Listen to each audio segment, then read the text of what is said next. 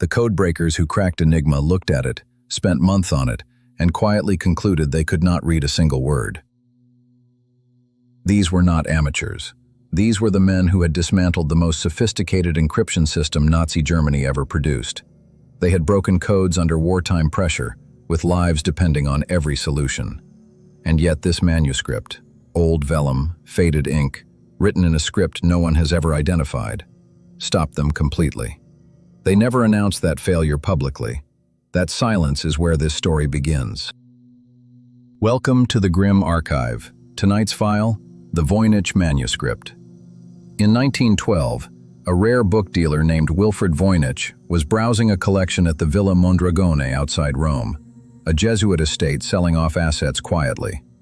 Among the items, he found a small book, around 240 vellum pages. Carbon dating conducted in 2009 placed the vellum's origin between 1404 and 1438. The text runs left to right. It contains illustrations of unidentified plants, astronomical diagrams, bathing figures, and biological forms that match nothing in any known medieval manuscript tradition. Voynich did not immediately explain where or how he had obtained it. He said he found it at a Jesuit college. He said he preferred not to name the specific location while certain parties were still living. He said, accounts differ, that it had been kept separate from the main collection. None of those statements were ever verified. What is documented is what he found inside the front cover. A letter, dated 1666, from a Bohemian scholar named Georg Baresch to Athanasius Kircher, the most famous polymath in Rome. Baresch had owned the manuscript for years. He also could not read it. He was begging Kircher for help. Athanasius Kircher was the right man to ask. He had published works on Egyptian hieroglyphics, ancient languages, and cryptography.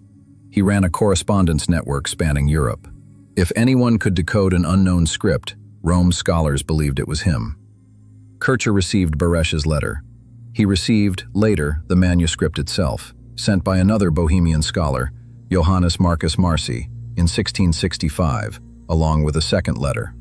That letter claimed the book had once been purchased by Holy Roman Emperor Rudolf II for 600 gold ducats. Kircher kept the manuscript. He never published a single word about it. He left no notes explaining why. After Kircher, the manuscript disappeared from record for roughly 2.5 centuries. Then Voynich found it, and the modern era of failed solutions began. The first serious claim came in 1921, from University of Pennsylvania professor William Romaine Newbold. He announced the manuscript was written by Roger Bacon, the 13th century English friar, and that the script encoded microscopic shorthand visible only under magnification. Newbold presented his solution to the American Philosophical Society. It was celebrated. After Newbold died in 1926, his colleague John Manley spent 3 years systematically dismantling the theory. Every decoded passage Newbold had produced was, Manley demonstrated, essentially invented. Voynich died in 1930. His widow Ethel inherited the manuscript. She had her own theory about its origins, which she also never fully disclosed. The manuscript passed eventually to book dealer Hans Kraus, who tried to sell it for $160,000 in the 1960s. Finding no buyer, he donated it to Yale University's Beinecke Rare Book and Manuscript Library in 1969, where it remains today, cataloged as MS 408. Every transfer of ownership was documented. What was never documented was what Wilfrid Voynich actually knew. His personal papers, examined after his death, contained no clear account of the acquisition. The silence was not accidental, it was constructed. In 1944, while the Second World War was still being fought, the manuscript landed on the desk of William Friedman. Friedman was arguably the greatest cryptanalyst in American history. He had built the U.S. Army's code-breaking apparatus.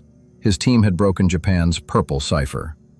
After the war, he assembled a private study group, professional cryptographers, some with direct Enigma-adjacent experience, to work the Voynich text systematically.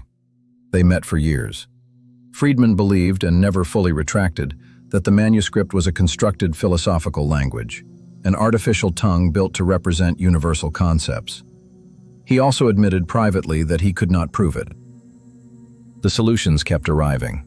In 1978, Captain Prescott Currier, a U.S. Navy cryptanalyst, identified that the manuscript appeared to contain two distinct dialects. He called them Currier A and Currier B, suggesting more than one author. That finding held up to later statistical analysis and remains one of the few points of genuine consensus. But Currier also believed he was close to a full solution. He was not. In 2004, a television documentary promoted the claim that a researcher named Gordon Rugg had proved the manuscript was a hoax, generated by a card and grill, a card with cutout slots used to select syllables at random. Statistical tests later challenged that conclusion as well. In 2019, a British academic named Gerard Cheshire published a paper claiming the language was Proto-Romance, a lost medieval dialect he called Proto-Italic. He stated he had decoded it in 2 weeks. The paper was published in a peer-reviewed journal. Within days, linguists and manuscript scholars issued formal rebuttals. The journal's editor later described the paper as not meeting the standard of evidence. Cheshire maintained his solution was correct. The pattern was now familiar. Announcement, brief attention, systematic refutation, the cycle continuing. What made 2019 different was that everyone involved could watch the collapse happen in real time, publicly, online. The manuscript absorbed it without comment. What does statistical analysis actually tell us? The text of the Voynich Manuscript follows Zipf's law. The frequency distribution of its symbols matches that of natural human language. It is not random noise. It contains internal structure. Word repetition patterns suggest grammar. And yet, no proposed translation has produced coherent meaning that independent scholars have verified. The botanical illustrations show plants that do not exist. The astronomical diagrams do not correspond to any identified medieval tradition. The manuscript is consistent with being a language. It is also consistent with being a very sophisticated imitation of one. Those two possibilities have not been separated in 600 years. Wilfrid Voynich remains the unresolved figure at the center of this. He was a trained chemist, a political exile from Tsarist Russia, and a man who had spent his life moving rare books across European borders under circumstances that were rarely straightforward. He was known to have contacts in the Jesuit network. He was known to have acquired materials quietly and to have protected his sources. The villa where he claimed to find the manuscript has been confirmed as a Jesuit property that did sell assets around 1912. Whether the manuscript was already centuries old when he found it, or whether its provenance was more complicated than he stated, that question was never investigated while he was alive to answer it. The manuscript sits in the Beinecke Library today. Any researcher can request to examine it.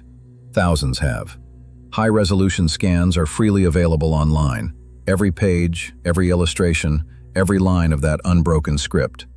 The tools available now would have seemed miraculous to Kircher, to Newbold, to Friedman.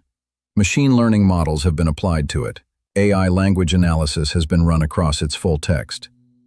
None of it has produced a translation that holds. The manuscript remains what it has always been, a document that looks like it wants to be understood and refuses. The next file is already open. Stay close. The archive is always open.